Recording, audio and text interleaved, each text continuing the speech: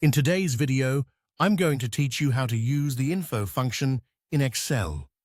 To get started, open Microsoft Excel and go to the workbook where you want to work.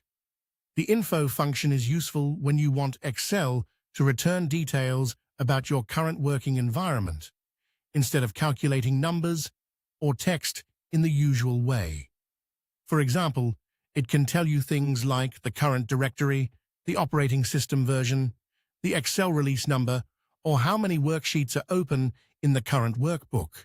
What makes this function helpful is that it pulls system or workbook-related information directly into a cell.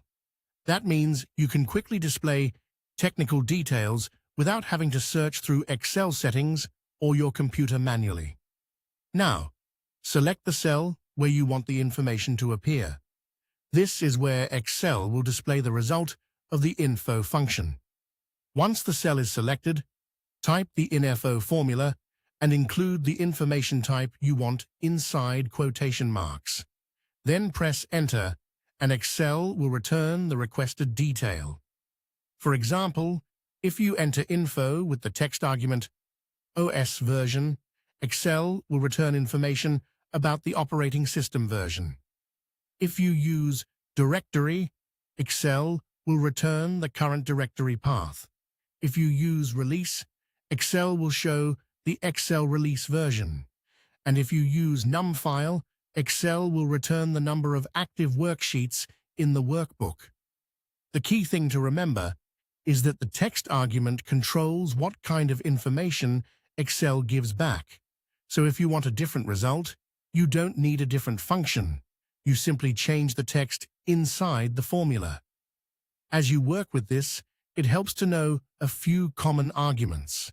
Some of the most frequently used ones include directory, OS version, release, num file, origin, and system. Each one tells Excel to return a different piece of information about the environment you're working in. After you press Enter, Excel displays the result directly in the selected cell based on the argument you chose.